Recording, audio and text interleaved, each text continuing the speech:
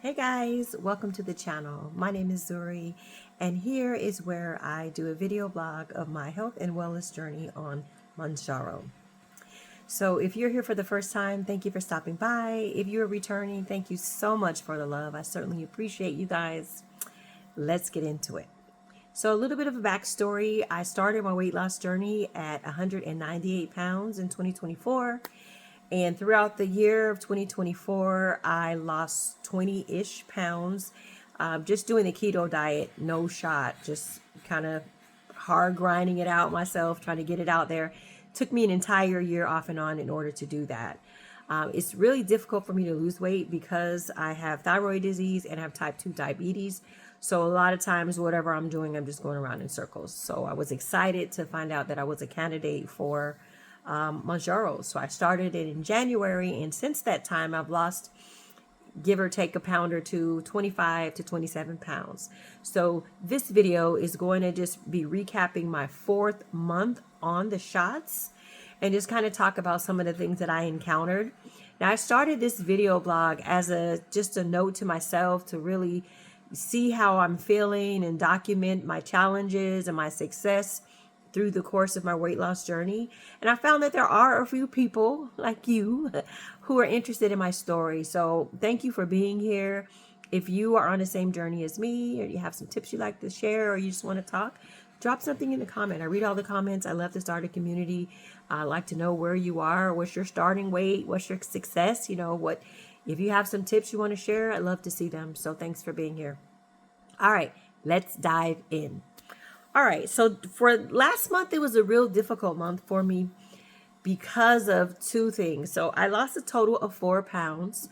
I average 4 to 5 pounds a month, which is good for me. Again, I've got thyroid disease and I have type 2 diabetes. So losing at a slower rate is really what I'm comfortable at. I want to make sure that it's not something that eventually I'll just creep back up on me and I'll be the same size I was. As far as health wise, my lab work and, my A1C, everything is down. Like I'm just doing so great with that. And I'm so thankful that I had an opportunity to have these shots in order to get myself in the right direction. However, I am 54 years old, and over the course of the last year, I've encountered, some off and on premenopausal symptoms. And so in the last month, they've kind of really buckled down and kind of got me slipping.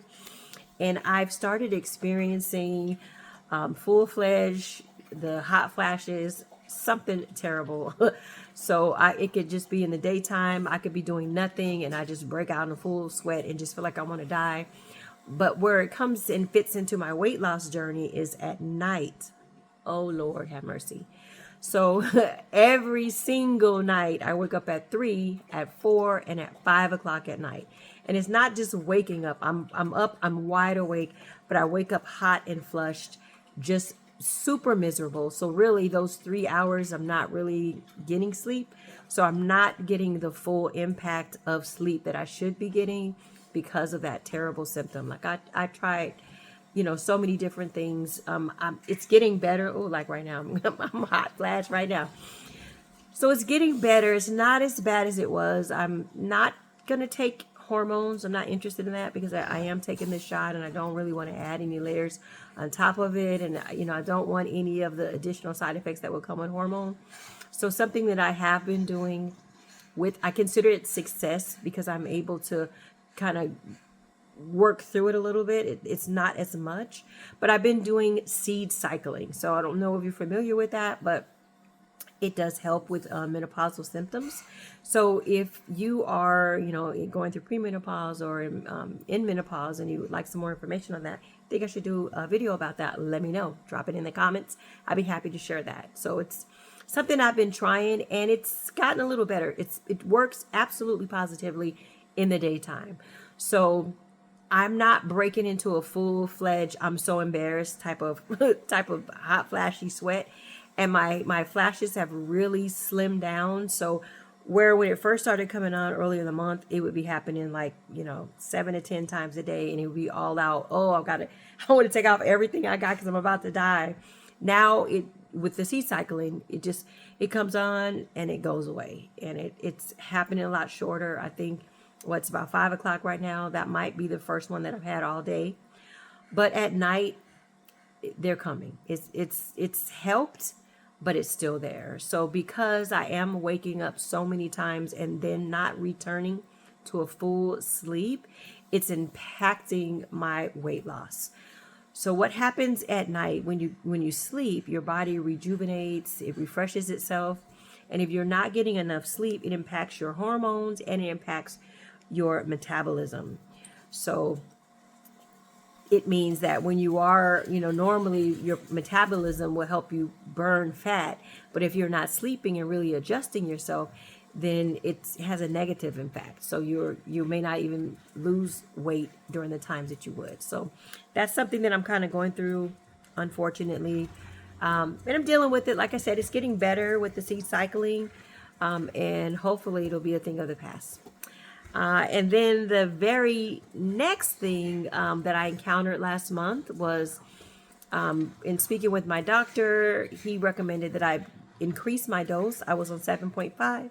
And he recommended that I go up to 10 and said, if I went up to 10, I would just be losing more weight. Because as mentioned, I'm averaging, 5 to 7 pounds a month or 4 pounds is good to kind of move it along.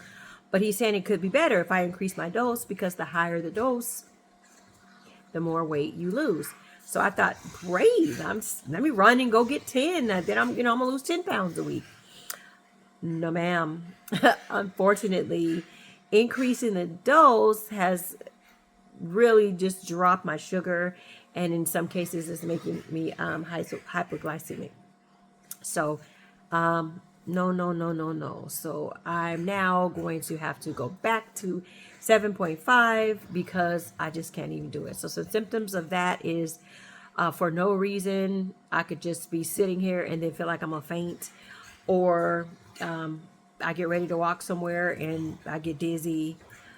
Just terrible, not a good feeling. And being a diabetic, having low sugar is not something that you really would encounter, right? You're most of the time, being type 2 diabetic, your sugar is high. But with this medicine, it is absolutely working. Oh, it's working. It's working a little too well. 10 is a little too strong for me. So I won't be progressing up, but I am going to go back down to 7.5. So when I do my update for month 5, you will probably hear that I went down in a dose, and hopefully you'll hear that I had some success. So that was my month in a recap. Again, premenopause symptoms hit me. The dose was a little bit too high. I still am successful in losing weight. I'm still continuing my daily workouts.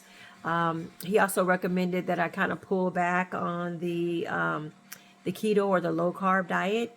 That also, I guess I need some carbs. I need some carbs in my life. So I'm going to just try to go to the Mediterranean diet and try to add some more healthier carbs in, some more fruits and vegetables and things along that line. But I am still continuing to lose weight. I'm still in great spirits. I'm still thankful that I have, this medicine helping me make my way to my journey. So I am closing the month out at 151 pounds. Again, starting weight 198.